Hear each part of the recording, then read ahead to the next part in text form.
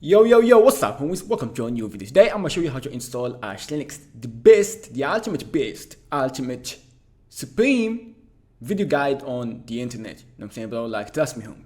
This video gonna be with no editing, like raw footage of me just guiding you to installing Archlinux, and I'm gonna try my best to share my knowledge with you, dog. And I'm saying all the errors I faced while installing Archlinux and while I was using Archlinux, because as you can see, I use Archlinux, by the way. So trust me, bro. I'm saying I will try. Like, after you finish watching this video, you're gonna be installing Archlinux successfully. Like I'm saying, you're gonna be an Archlinux user with the flag of I use Archlinux, by the way. And really important to note that before we begin, you really need a winner mindset. So try to convince your inner consciousness before we start this that you're gonna install Archlinux. You know what I'm saying? Installing Archlinux is easy, dog. It's like taking water. You know what I'm saying, bro? So, and also try to apply that mindset and ideology, I believe, in everything you're doing in life, because winning is for winning minds. I made that up, you know what I'm saying? So let's kick this off. Pull up to the official Archlinux website, archlinux.org, and download the ISO file. There is a torrent link and a magnet link. As you can see, it's updated for September the 1st. After that, if you're going to be doing this guide on an old laptop or a spare PC or your main machine, but I highly don't encourage you to do this for the first time on your main machine, because you're going to face some issues. And if you are doing this on a bare metal, you know what I'm saying, like a real life machine, not a virtual machine, you're going to need a USB stick, an empty USB stick, and a software like balena-etcher or Rufus for Windows to burn that ISO file into the USB stick. Anyways, I already said in my case for this guide, to make it really easy, I'm gonna be using a virtual machine. I believe it's here. Where is it? Yes, I already booted the virtual machine, and here I got a very simplified text file. I believe it was a script made by me for me, you know what I'm saying, dog? So I highly encourage you to create something like this for you, dog, you know what I'm saying, because it's gonna make things easy if you wanna reinstall Archlinux, because with time you're gonna forget how to do it, you know what I'm saying, bro? So the first step, we're gonna go for setting the console keyboard layout. To do that, you're gonna need, oh yes, I forgot, you will start with the ls user share. Oh shit, as you can see, my keyboard is not compatible with the US keyboard because mine is French based keyboard. So to solve that problem, you're gonna use the command load keys fr.map.gz.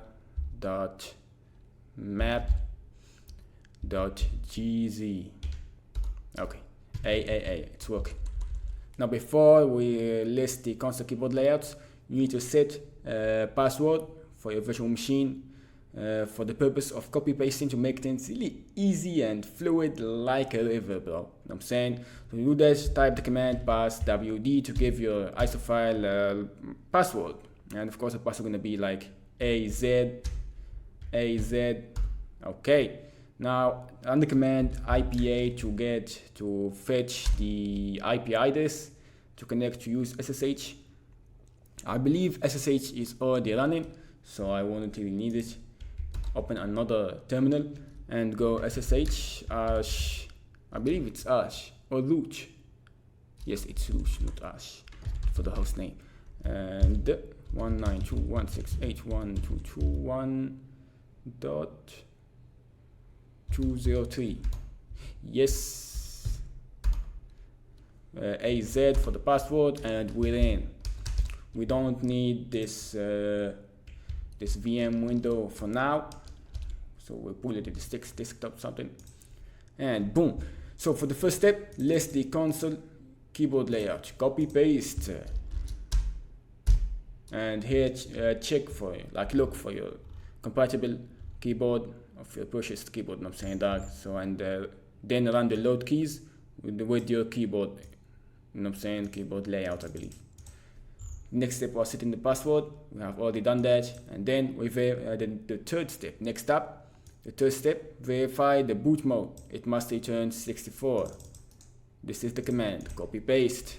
know what I'm saying, that copy paste. I'm gonna zoom a little bit to make things easy to see. Copy paste 64, so we're on a EFI system. And yes, because if you're on legacy BIOS, I think the install gonna change a little bit. Now we check the internet, we ping archlinux.org. Boom, internet is working. Damn, but it's hella slow, dog. Okay, well, one of the main steps is disk partitioning. We run lsblk to see the available disks. We got SDA 20 gigabyte. For partitioning, I'm going to be using a program called gdisk with a 2 interface. Gdisk. I believe I'm going to paste new. Type device, find opus, enter to exit. New. Oh shit.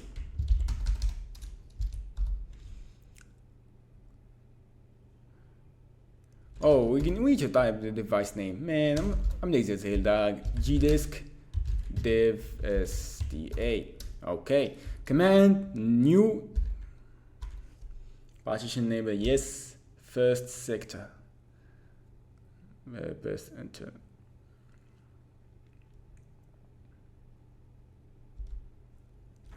Plus 500 megabytes. This is, we're gonna be creating a boot partition. And the type is EFI, EF00.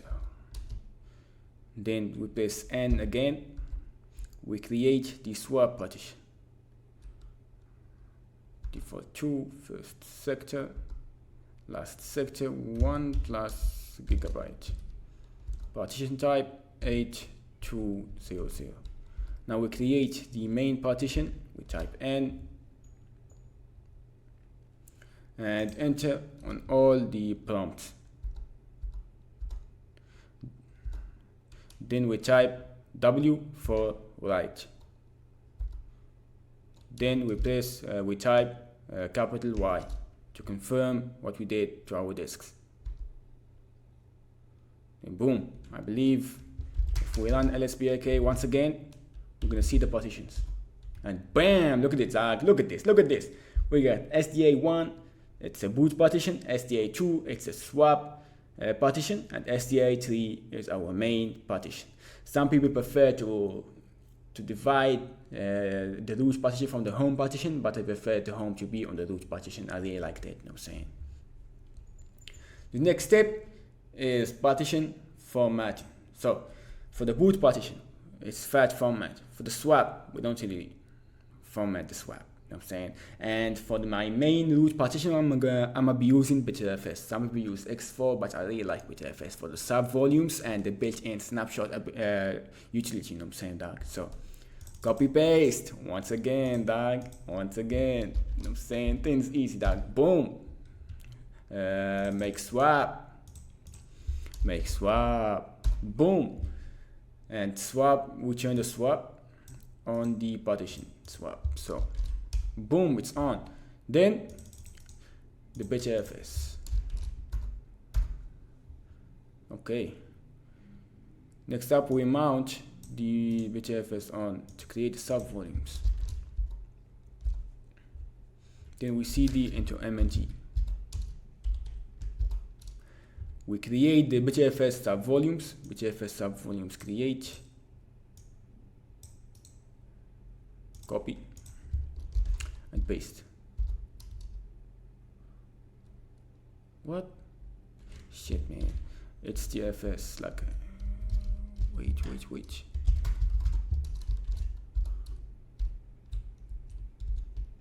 BitFS. Boom. Then you mount for MNG. We leave. Remember to leave the directory there because you can't mount while you're on the directory you're trying to unmount. You know what I'm saying? You see? It's busy, so come back and you mount. Boom. So next up, we're gonna be mounting the BitFS sub volumes and everything else. Before we do that, we run lsblk once again to see what's going on. So the swap is on, but the other partitions are not mounted. You know what I'm saying? SDA1 and SDA3. As I said, the next step is mounting the BTRFS subvolumes and everything else. It's a matter of copy pasting once again.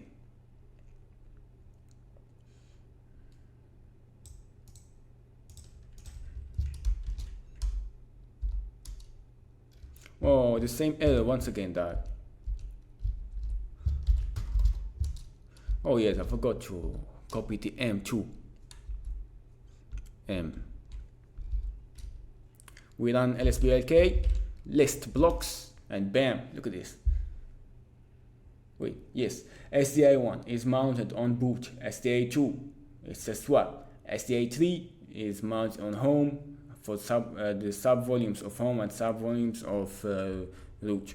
You can see here we created the boot directory to mount SDI1 and the home directory to mount the home sub volume. Next up, we install the main packages using pacstrap. So we can, in my case, I'm using a virtual machine, so I can omit the Linux firmware if I'm on a virtual machine or a container.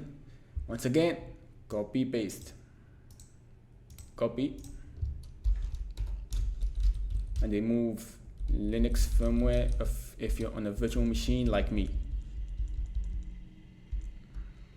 Then press enter and wait for the download to get done. And as you can see, brothers and sisters, the download is done. Side note, I really forgot to mention that I'm using a custom kernel called the Linux Zen kernel. In your case, if you don't want to use a custom kernel, you can remove the Zen and the dash and just use Linux headers and Linux. That's it. Moving on to the next step, and it's fstab. So what is fstab? Fstab file can be used to define how disk partitions, various other block devices, or remote file systems should be mounted into the file system. To generate our fstab, we'll run this command. Easy doc. Once again, it's a matter of copy pasting. And we're done. Run lsblk just to check our disks, and boom. Now the next step is very important. It's called shooting, shooting. Remember, this tool gonna save your ass when you break something in your machine. You're gonna use a USB stick with the ISO file, then you shoot into your machine, and you fix your GURB in bootloader or anything else you wanna fix. So if you're wondering what is shooting, is the following. You can pull up to the wiki and read all of this if you're interested. I highly recommend it. I really like this tool. So to do that, we run this command, copy paste, and boom, we're in. Now we're into our system that we installed earlier using pacstrap. You know what I'm saying, dog? The next step is adding modules to mk-init-cpio. To do that, we vim into this file. Then we add the BTRFS module because we are using the BTRFS file system. Then we go down to hooks. Here it is. After block, you add numlock to enable numbers on boot. And I guess that's it. Save and exit. Yes, I forgot to mention this tag. I'm using vim, okay? And to save the exit from vim, you press escape, then 2 dots, then I guess X to save and exit. The next step is run the install script. This script was made by me, and it's like a personal script. As I said earlier in the video, I highly encourage you to create something like this in your own style. So to simplify, for the purpose of simplifying the video, I'm going to be breaking this script step by step. As you can see, it was created back then. I began working on it on April from 2022. You know what I'm saying, dog? So it's a year old script. Then now we run this command for, I'm on GMT for timing. So look for your time zone and then run this command. That's it, dog. we generate the locale. Basically, if you don't understand any of these, just return to the Arch wiki, because everything is there, dog. Now we create locale and the host names and everything, dog. We add the password for the root and the local domains and everything, dog. And echo. It's easy. Copy paste. That's why I said you should make a script like this, because installing Archlinux really ends as a script. Now, with our new machine, there's only root. We need to add a user to do that, and add that user to the wheel and audio and video groups. Also, remember to change the password. Don't use the famous 126.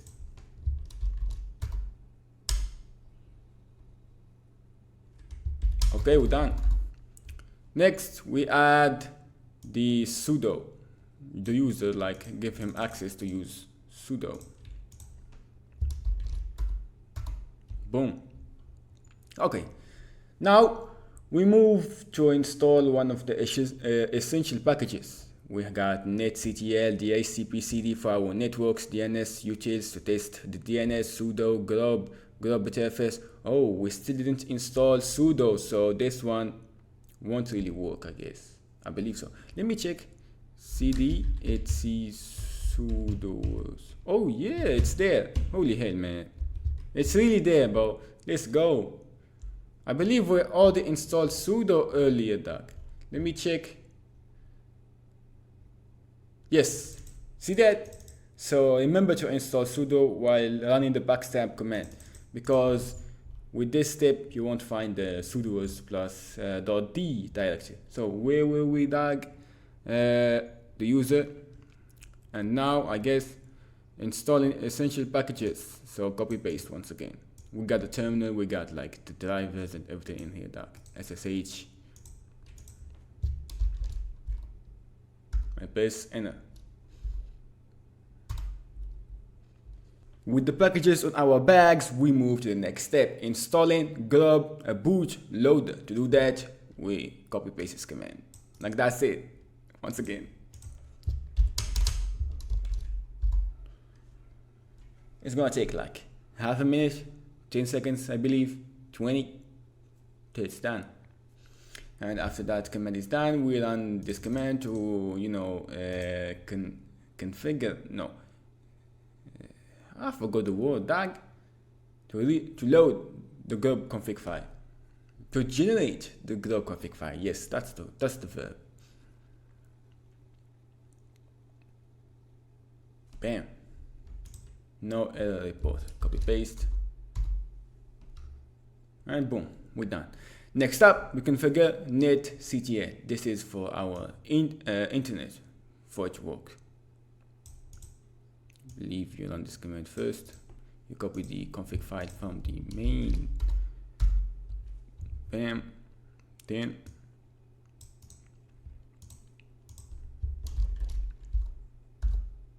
boom. And then we change the DNS server. I highly recommend you to do this, you know what I'm saying, dog? Because sometimes your packages, like, they won't, I forgot the word, dog. You won't be able to use the internet, that's it.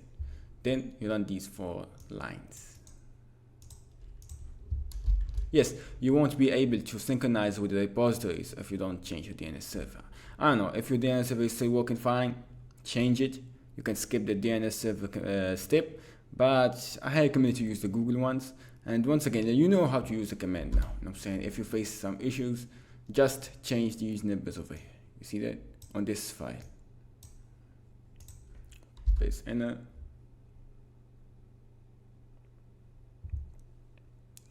Okay, I believe we can't run systemctl on chroot. Enable start, create assembly running in chroot, ignore command start. Okay, we can't start these on chroot. That's it. I guess we need to test the DNS server if it's working. Now dig. Because the internet is not working. So I believe that's it for now. And for all of the lines over here, this is for the second part of installing Archlinux. This is used, to build a usable system like a terminal, like a file explorer, something, a file manager, I believe Teams and fonts and all that. Now, you exit from shoot, then you reboot. I believe you don't reboot, you power off. You go to the virtual machine, I believe it's here. Oh no. Yes, here it is.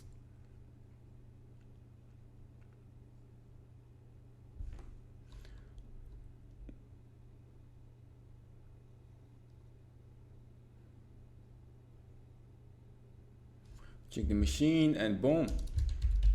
Ash 126 famous password. Shit, boy. Man, what the hell, man? No, wait. We need to power off the virtual machine, then go to the boot options and disable the ISO file. Then we start our virtual machine. Based on that, the numlock is not working because we didn't install the mk-initcpio numlock package.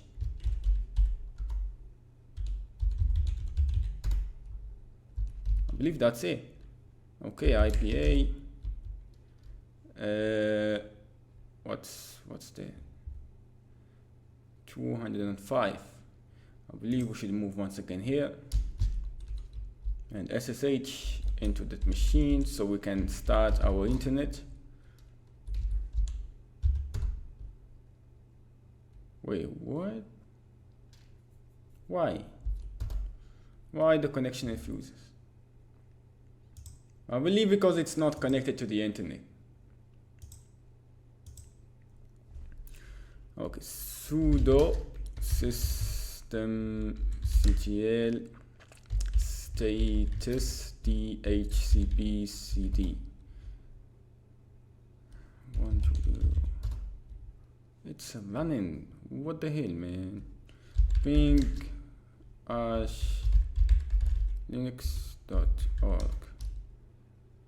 Oh, what the hell? The internet is working. What the hell? lsplk. Okay, everything is working, everything is fine. So let's install NeoFetch.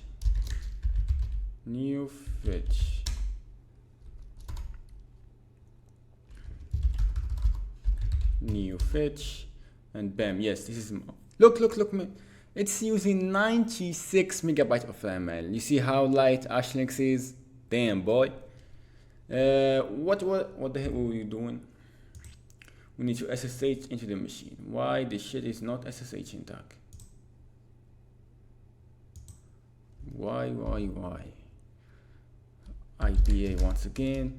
I believe 192 NP1S0. Let me debug this. NP1S0.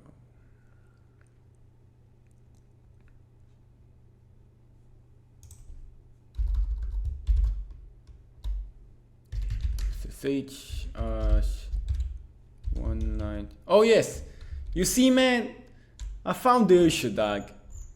You need to enable SSH, dog. You know what I'm saying, boy? See, that's why I didn't want to edit this video, dog. Now we found what the issue was. Man, what the fuck? Sudo